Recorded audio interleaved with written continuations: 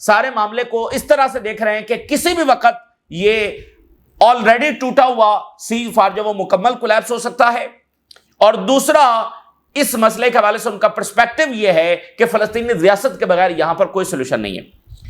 ادھر جو ہے وہ مصر اور قطر کے درمیان جب رابطہ ہوا ہے، اور اس میں بڑی امپورٹنٹ بات یہ ہے کہ ویسٹ بینک ڈسکس کیا گیا ہے، اور یہ کہا گیا ہے کہ غزہ اور ویسٹ بینک کو معاہدے کے اندر شامل کیا جائے، یعنی دونوں کو شامل کیا جائے. اس سے پہلے جتنے معاہدے ہو رہے ہیں وہ غزہ کے حوالے سے ہو رہے ہیں، لیکن ویسٹ بینک میں تو ایتھنک کلینزنگ جاری ہے، فلسطینیوں کو ڈسپلیس کیا جا رہا ہے، فلسطینیوں کو مارا جا رہا ہے، وہاں پر وہ سیٹلمنٹس بنا رہے ہیں، وہاں پر ان کا قبضہ بڑھتا چلا جا رہا ہے، اور اس حوالے سے کوئی معاہدہ ہی موجود نہیں ہے.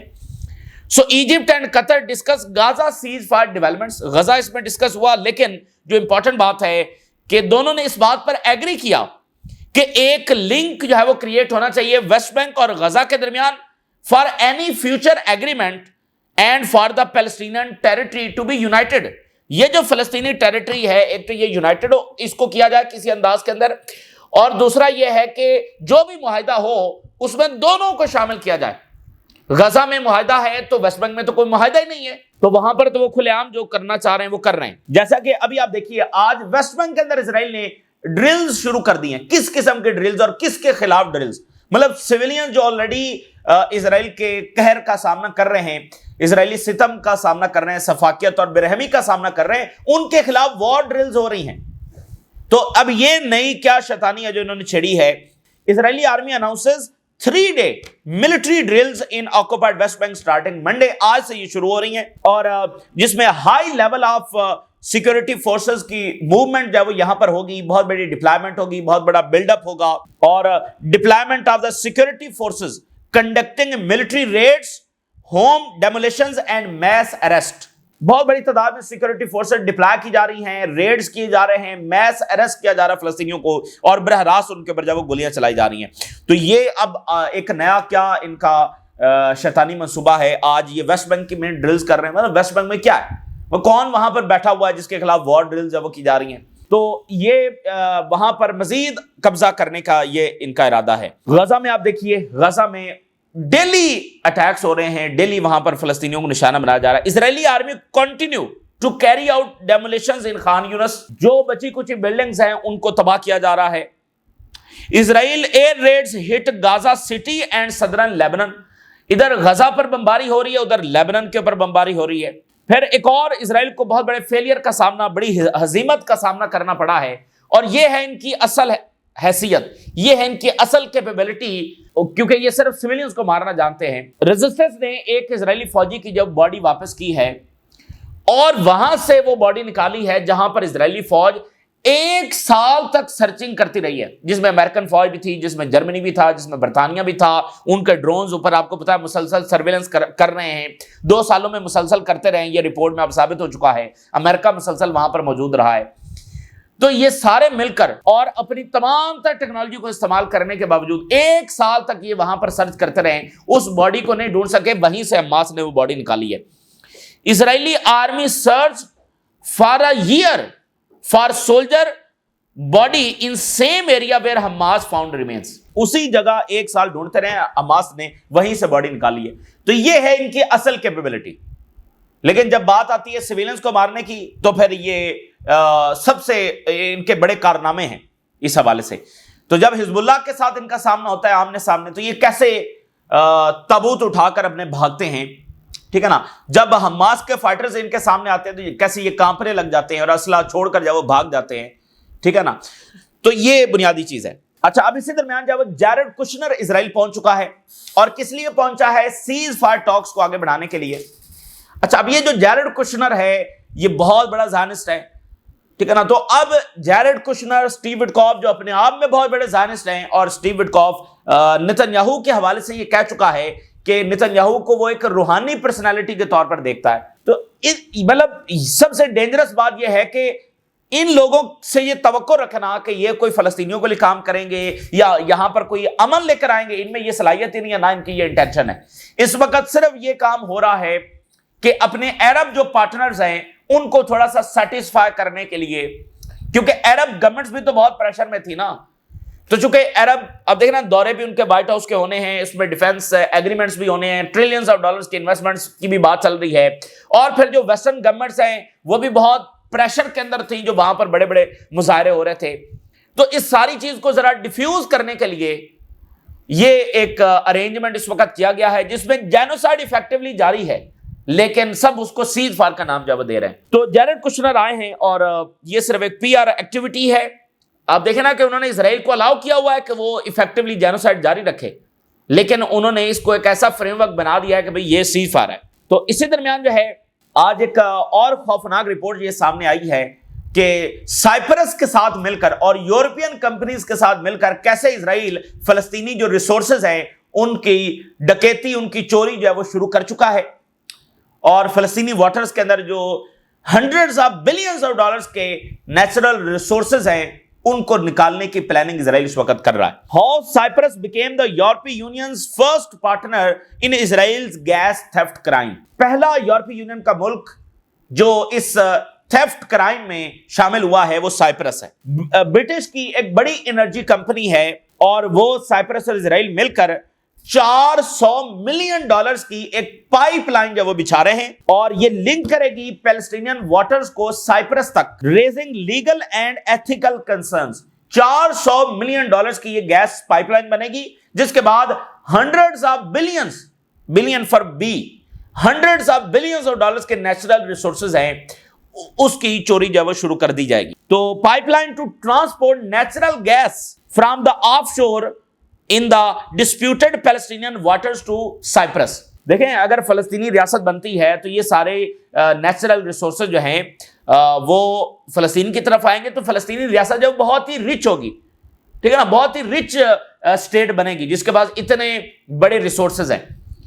تو اس کی چوری انہوں نے جو ہے شروع کر دی ہے. تو ان کی پلاننگ اس حد تک آگے چلی گئی ہے کہ سائپرس گورنمنٹ کو صرف اپروول دینا ہے، بنیادی گراؤنڈ ورک ہو چکا ہے، گورنمنٹ کو صرف اپروول دینا ہے، اور سائپرس کی جو انرجی کمپنی ہے وہ بھی آلریڈی اس کے اندر شامل ہو چکی ہے. If finalized, Cyprus would become the first European country جو کہ فلسطینیوں کی چوری شدہ گیس جو وہ امپورٹ کرے گا، raising questions about the project's legality and its implications for the boycott, divestment and sanctions movement. تو ساتھ یہ اس کو دیکھا جا رہا ہے کہ اس کے کانسیکوینسز کیا ہوں گے، اس کی امپلیکیشنز کیا ہوں گی. فلسطینیوں کے نیچرل ریسورسز جب وہ لوٹنا شروع کر دیے گئے. اسرائیل یہ چاہتا ہے کہ اس سے اسرائیل کا جو کنٹرول ہے فلسطینی ریسورسز کے اوپر اور زیادہ بڑھے گا، اور اسرائیل کو فائنینشل سپورٹ بھی حاصل ہوگی اور اسٹریٹجک بینیفٹ بھی حاصل ہوگا، اور جو اسرائیل کے ساتھ کوپریٹ کرے گا اس کا پارٹنر ہوگا، جیسے سائپرس ہے تو اس کو بھی فائدہ ہوگا، اسرائیل کو بھی فائدہ ہوگا. تو یہ ایک نیا پلان ہے. اچھا، یہ اسرائیل یہ چاہتا ہے کہ ہمیشہ سے یہ اسرائیل چاہتا رہا ہے کہ وہ ایک انرجی ہب بنے مڈل ایسٹ کا، اور ایشیا سے یورپ کو کنیکٹ کیا جائے انرجی اور ٹریڈ روٹس کے لیے تھرو اسرائیل. تو یہ ابھی تک نہیں ہو سکا ہے اور نہ یہ ہو پائے گا. تو اس کا ایک حصہ یعنی کہ اسرائیل سے یورپ کو کنیکٹ کرنے کی یہ کوشش ہے، اور اس میں فلسطینی ریسورسز جب لوٹے جا رہے ہیں، کیونکہ جو وہ والا روٹ بننا تھا اس میں تو گیس قطر سے آنی تھی یا دوسرے ملکوں سے آنی تھی، کیونکہ اسرائیل کے پاس تو نہیں ہے. تو وہ فلسطینی گیس انہوں نے نکال کر یورپ کو کنیکٹ کرنا، یورپی یونین کا حصہ نا سائپرس، تو اس کو کنیکٹ کرنا شروع کر دیا. تو ظاہر ہے وہاں سے پھر آگے بھی جائے گی، اس لیے تو برٹش کمپنی اس میں انوالو ہوئی ہے. تو یہ بہت ہی ڈینجرس بات ہے. اسی درمیان جب وہ نتنیاہو کے خلاف اکتوبر 7 کی انکوائری شروع ہو رہی ہے اسرائیل کے اندر. یہ وہ چیز ہے جس سے نتنیاہو ہمیشہ بھاگتا رہا ہے اور ابھی بھی بھاگنے کی کوشش کرے گا. So Netanyahu to face Knesset debate on October 7 inquiry.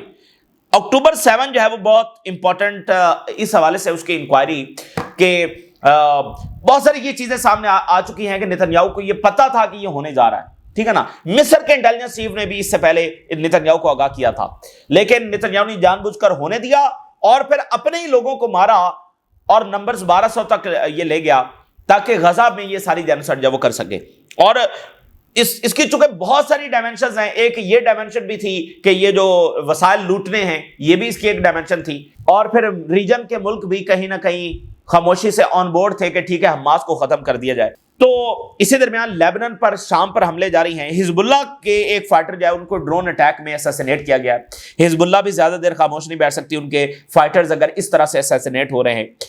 اور حزب اللہ کے جو ایم پی ہیں انہوں نے کہا ہے امریکہ پرووائڈ کر رہا ہے اسرائیل کو کور فار اٹس کرائمز. امریکہ کے بغیر اسرائیل کچھ بھی نہیں ہے اور یہ کرائمز اپنے جاری نہیں رکھ سکتا. اگر امریکہ کا مسلسل ویٹو نہ ہو, مسلسل ڈپلومیٹک سپورٹ نہ ہو, اگر امریکہ کے مسلسل اسلحہ سپلائی نہ ہو, تو اسرائیل اتنی بڑی جارحیت مسلسل کر ہی نہیں سکتا ہے.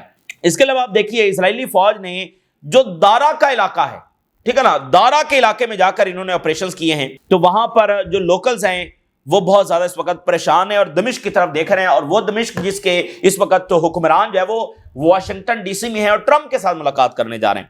یہ وہی الشرا ہیں جو بہت بڑے ٹیررسٹ تھے اور انہوں نے داعش کے ساتھ کام کیا, بہت سارے سیویلینز کے مارنے میں یہ شامل ہیں اور انہوں نے وار کرائمز, ٹھیک ہے, پھر یہ سی آئی اے کے ایسٹ بن گئے, ٹھیک ہے, اور پھر یعنی آپ دیکھیں نا اس وقت ویسٹ کے نزدیک فلسطینی دہشت گرد ہے اور الشرا ان کا ہیرو ہے.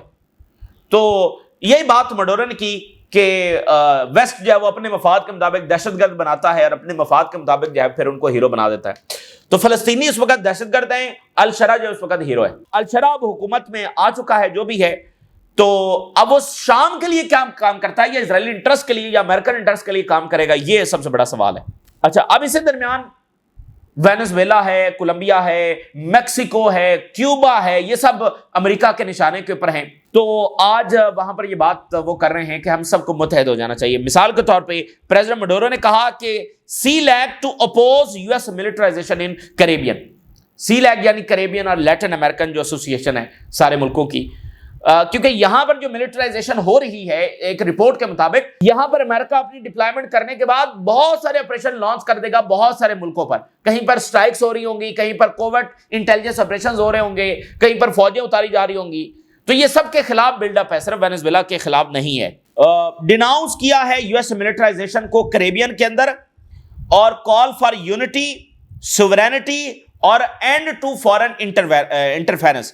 یہ وینزویلا کے پریزیڈنٹ نے کہا, کیوبا کے لیڈر نے کہا, برازیل کے لولا دی سلوا نے کہا اور کولمبیا کے لیڈر نے کہا کہ ہمیں سب کو متحد ہو جانا چاہیے. Petro renews call for grand Colombian union to unify Latin America. یہ بہت امپورٹنٹ بات انہوں نے کی ہے. ایک وقت میں قذافی بھی ایسا ہی چاہتے تھے, وہ افریقہ کی یونین اور کرنسی یہ سارا کچھ چاہتے تھے. تو کولمبیا کے صدر نے کہا ہے کہ اس سارے ریجن کو یورپی یونین کی طرح ہمیں ایک ہی یونین بنا لینی چاہیے جس کی کامن پارلیمنٹ ہو, جس کی ایک کامن پریزیڈنسی ہو, کنفیڈریشن جو ہے وہ بنا لینی چاہیے تاکہ سب جو ہے وہ ایک ساتھ ہو جائیں. کولمبیا کے پریزیڈنٹ نے کہا کہ کنفیڈریشن جو ہے وہ لیٹن امریکن نیشنز کی بنائی جائے, جیسے یورپی یونین سٹائل کے اندر سب متحد ہو جائیں. وینزویلا, کیوبا, ایکواڈور, پیناما, یہ سارے متحد ہو جائیں. گورنمنٹس کے درمیان جو ہے وہ معاہدے طے پائیں سیکیورٹی کے حوالے سے, ڈیفنس کے حوالے سے, اور کامن پارلیمنٹ ایک بنا دی جائے اور ایک پریزیڈنسی اس کی ہو, جیسے یورپی یونین ایک پارلیمنٹ ہے پھر اس میں پریزیڈنسی بھی ہے. وار آن ڈرگز اور war for trusteeship. Petro tears down U S narrative. تو انہوں نے بہت یعنی کہ سخت تنقید کی اور کہا کہ یہ مطلب ان کے نیریٹو کو پوری طور سے چیلنج کیا ہے. تو امریکن جو اقدامات ہیں ناظرین وہ بہرحال ان ملکوں کو سوچنے پر بھی مجبور کر رہے ہیں, ان ملکوں کو جو ہے وہ متحد بھی کر رہے ہیں. تو دیکھیے اگر پریزیڈنٹ مڈورو ناظرین سروائیو کر جاتے ہیں تو یہ امریکن امپائر کے لیے بہت بڑا دھچکا ہوگا, اور اگر امریکہ نے وینزویلا کے اندر فوجیں اتار دی تو پھر آپ دیکھیں گے کہ یہ بہت بڑا ڈیزاسٹر ثابت ہوگا, یہ ویتنام سے بھی بڑا ڈیزاسٹر ثابت ہوگا. تو اس لیے ٹرمپ ابھی تک ہیزیٹیٹ کر رہا ہے اور باقی آپشنز کے اوپر وہ غور کر رہا ہے, ٹھیک ہے, تاکہ مڈورو کسی طریقے سے یہاں سے وہ پہلے سرنڈر کر دیں اور وہ سٹیپ ڈاؤن کر جائیں, ٹھیک ہے نا, کچھ نہ کچھ ایسا جو وہ پلان کیا جا رہا ہے.